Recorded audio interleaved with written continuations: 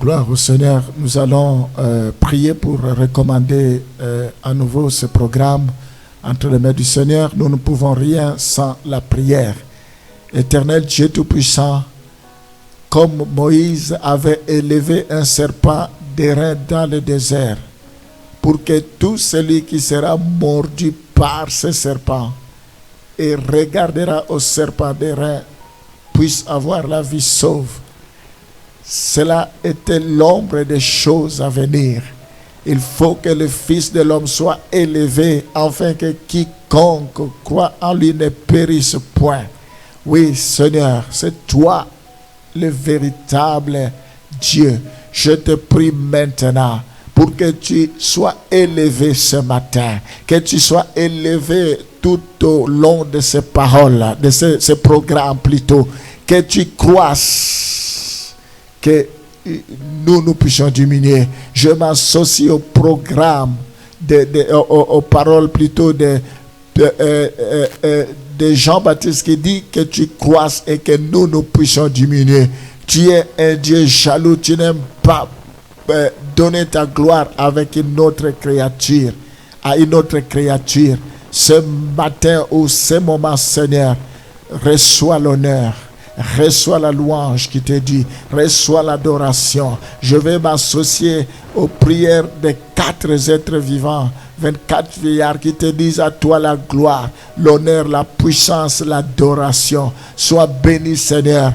Je n'ai pas raison de me taire. Ta parole me dit, si nous nous taisons, tu es capable de susciter des pierres et pouvoir te louer, pouvoir t'adorer. Nous n'avons rien mérité. Tout est grâce éternelle. Oh Seigneur, qu'est-ce que nous pouvons te donner de plus? Les mots me manquent, si ce n'est que te dire merci. Reçois la gratitude éternelle de mes paroles.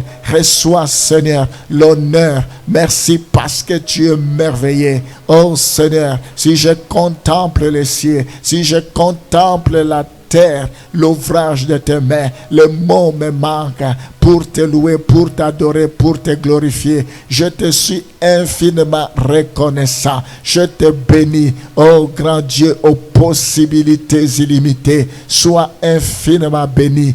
À jamais tu régneras. Reçois la gloire. Merci pour cette opportunité. Merci pour ce privilège. C'est par ta grâce. N'est-ce pas, il est écrit, l'homme ne peut recevoir que ce qui lui a été donné du ciel. Et tout don parfait vient d'en haut. Je te bénis, Seigneur, parce que c'est toi qui es ma forteresse. Je prie tout par celui qui me fortifie. Il n'y a pas de jour qui se ressemble devant toi. À chaque jour suffit sa peine. Merci pour la journée d'aujourd'hui. Je considère que c'est une journée spéciale. Je considère que c'est un rendez-vous divin. Je m'abandonne entre tes mains. Je profite de cette journée pour la dédicacer, Seigneur. Oh, passe devant, Seigneur. Conduis-moi, dirige-moi. Dirige également la vie de tous ceux qui me suivent à ce moment. La vie de tous ceux qui m'écoutent à ce moment. Que toi, tu puisses les conduire vers le vert pâturage, vers les eaux paisibles et restaure leur âme. C'est toi qui es le bon berger.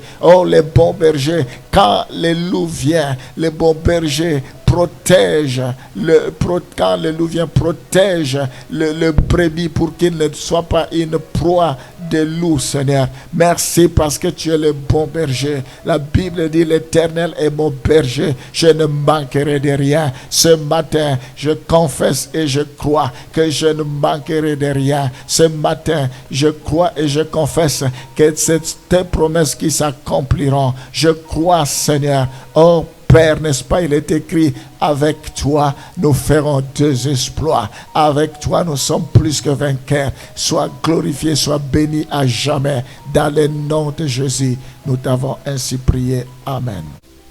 Oui, quand nous lisons la loi de Dieu, quand nous lisons la parole de Dieu, elle nous rend conscients de l'existence de la nature du péché. Nous ne devons pas faire semblant. Nous ne devons pas nous en passer. Par exemple, Romains 7, pour ne citer que celui-là parmi tant d'autres. Que dirons-nous donc? La loi est-elle péché? loin de là. Mais je n'ai connu le péché que par la loi. Car je n'aurais pas connu la convoitise si la loi n'ait dit tu ne convoiteras pas, tu ne convoiteras point. C'est la loi qui nous a amené le péché. Le fait que nous connaissons la loi, nous sommes concernés par le péché. Nous pouvons compléter cela avec Romains chapitre 3, le verset 10. Car nul ne sera justifié devant lui par les œuvres de la loi, puisque c'est par la loi que vient la connaissance du péché. Oui, nous avons la connaissance du péché par la loi. Le fait que la loi nous a été promulguée, la loi nous a été donnée, et c'est en cela que nous connaissons la connaissance. C'est en cela que nous avons la connaissance du péché. Bref, nous voyons que tout être humain manifeste sa nature de péché. Nous devons en être conscients. Et comment nous manifestons cette nature du péché, quelle que soit la personne que nous sommes, homme ou femme, nous manifestons la nature du péché. Et nous pouvons voir en aimant Dieu ou en se comportant comme s'il n'existait pas.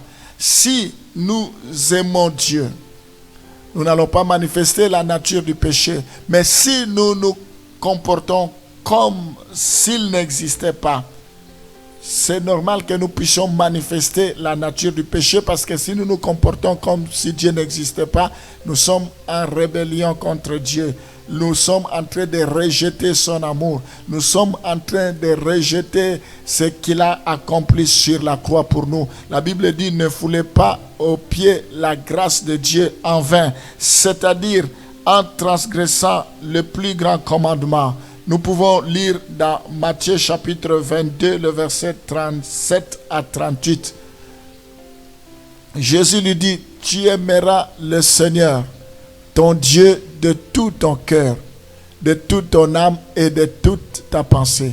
Si nous n'aimons pas Dieu, c'est le premier et le plus grand commandement. Le fait que nous n'aimons pas Dieu en parole, nous ne l'aimons pas de tout notre cœur, c'est en contrepartie. C'est à peine si nous ne l'aimons pas de toute notre âme, si nous ne l'aimons pas de toute notre force. Nous sommes dans le péché, nous sommes concernés par le péché. Voilà comment nous pouvons manifester le péché à nous. Mais si réellement nous l'aimons de tout notre cœur, pas à moitié, de tout notre cœur, nous devons le témoigner, nous devons être fidèles, nous devons parler de lui, nous vivons que par lui et pour lui. La Bible dit, soit que nous mourons, soit que nous vivons, c'est pour la gloire de Dieu. Nous existons pour la gloire de Dieu. Nous avons été créés à son image et à sa ressemblance pour sa gloire. Nous devons en être fiers que nous sommes l'ouvrage de Dieu. Nous sommes ses fils. La Bible dit, à tous ceux qui l'ont reçu, à ceux qui croient en son nom, il leur a donné le pouvoir de devenir enfants de Dieu. Nous sommes devenus enfants de Dieu. Nous devons être contents, nous devons être dans la joie, nous devons nous réjouir, nous devons, mais si nous ne le témoignons pas, si nous ne nous réjouissons pas, c'est comme si nous le renions et nous tombons dans le péché. Nous pouvons aussi manifester notre état de péché en cédant aux convoitises et aux tentations de la vie quotidienne. Si nous cédons continuellement aux convoitises et aux tentations de la vie quotidienne, et nous donnons l'accès au diable. C'est ce que la Bible nous dit dans Jacques 1, le verset 15. Puis la convoitise, lorsqu'elle a conçu, enfante le péché. Et le péché étant consommé produit la mort. Le salaire du péché, c'est la mort. Ça peut être la mort physique ou la mort spirituelle. La mort spirituelle, il s'agit de la séparation de notre vie avec Dieu. Si nous nous éloignons de Dieu sur le plan spirituel, si nous n'avons plus de communion avec Dieu, de communion sur le plan spirituel. Devant Dieu, nous sommes déjà morts. Quand bien même si sur le plan physique, même si sur le plan charnel, on ne nous a pas enterrés. Nous ne sommes pas encore morts, mais sur le plan spirituel, nous sommes morts. Il a dit à Adam et Ève, mangez de tout arbre, mangez de tout ce qui se trouve dans le jardin d'Éden, sauf l'arbre de connaissance du bien et du mal. Les jours que vous en mangerez, vous mourrez. Il parlait de la mort spirituelle. Donc, il n'y avait plus de communion. Adam était de son côté, Ève et Dieu était de l'autre côté. Ils sont allés même se cacher. Alors, cette séparation, la Bible appelle ça la mort spirituelle. Et bien sûr, il peut suivre aussi la mort physique. Donc, nous voyons que la convoitise, puis la convoitise, lorsqu'elle a conçu, enfante le péché. Donc, nous cédons aux convoitises et aux tentations de la vie quotidienne. Comme j'ai eu à le dire dans mon enseignement précédent, ça nous a pris des semaines, je parlais de la tentation. Je parlais de Dieu, l'homme et la tentation. Le diable est la tentation et Dieu est la tentation. Donc, nous voyons que si nous cédons à la tentation n'est pas un péché parce que Jésus-Christ a été tenté, mais il n'a jamais péché. On peut être tenté sans péché, mais c'est quand la tentation est consommée. Lorsqu'elle a conçu, enfante le péché, et le péché étant consommé produit la mort. Donc quand nous cédons à la convoitise et aux tentations de la vie quotidienne, nous devenons pécheurs et nous péchons. C'est à nous de ne pas céder. La Bible dit veillez et priez pour que vous ne tombiez pas dans la tentation, pour que le péché n'ait pas le dessus. Peut-être toi qui m'écoutes, tu es esclave du péché. Tu ne sais pas t'en débarrasser. Paul dit le bien que je sais faire, je ne le fais pas. Mais le mal que j'évite, le mal que je hais, que j'haïs, c'est ce qui m'arrive. Misérable que je suis, qui me délivrera? En fait, il y avait une loi, une lutte en lui. La loi de ce monde et la loi spirituelle, il y avait une lutte. Donc, il a dit, je lève mes yeux, c'est de lui que viendra mon secours. Ce matin, je m'aurais exhorté, ton secours viendra de l'Éternel. Certes, c'est vrai, de par toi-même, tu ne peux pas t'en sortir. Tu as besoin de Jésus-Christ. Tu dois crier à lui. Il y a des gens qui ont crié à lui, comme Bartimée, l'aveugle Bartimée, fils de David, aie pitié de moi. Comme l'enfant prodigue, quand il s'était rebellé, ayant rentré à lui-même, il a dit, je retournerai dans la maison de mon père. Son père avait les bras ouverts, n'attendait que son retour, aucun jugement. Il l'a accueilli à bras ouverts. Dieu t'interpelle, il t'appelle, il ne veut pas ton malheur. Tu peux aussi revenir à lui. Seigneur, nous prions maintenant pour le remède au péché. C'est toi le remède avec le sang de Jésus. Ce que tu as accompli sur la croix. Voilà pourquoi nous voulons applaudir, Seigneur, à cause de applaudir ce que tu as fait, Seigneur. Depuis très longtemps, le diable a exploité l'ignorance, notre ignorance, pour nous dire que nous sommes des pécheurs, des pauvres pécheurs.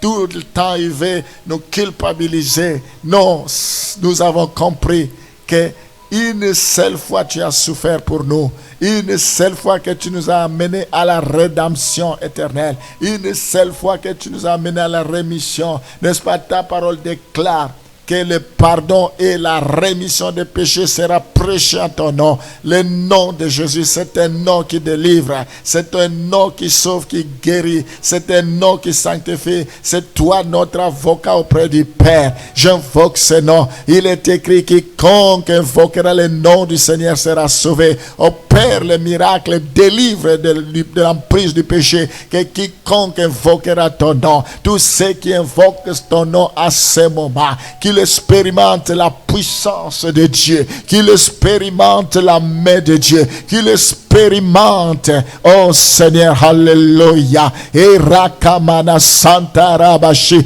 rikamana santa rabababa, le nom de Jésus, agis Seigneur, agis, manifeste-toi. Oh, nous voulons confirmer et affirmer que nous sommes plus que vainqueurs, que tu as résolu ce problème de péché depuis la croix. Nous voulons en être les bénéficiaires. Nous voulons nous réjouir, Seigneur, de ce que tu as fait. Sois loué, sois béni, sois glorifié. Je suis entièrement content, Seigneur, pour la délivrance que tu nous accordes, pour la rédemption. Voilà pourquoi il est vrai, quand tu dis sans toi nous ne pouvons rien, ce n'est ni par la force ni par la puissance, mais c'est par ton esprit, dit l'Éternel. Sois béni à jamais, sois glorifié. Je te rends grâce pour tout ce que tu as affranchi. Ceux qui ne te connaissent pas encore, révèle-toi encore, parce que tu ne fais exception de personnes. Tu n'es pas venu seulement pour un groupe, mais tu es venu pour tout le monde, pas seulement pour une catégorie de personnes,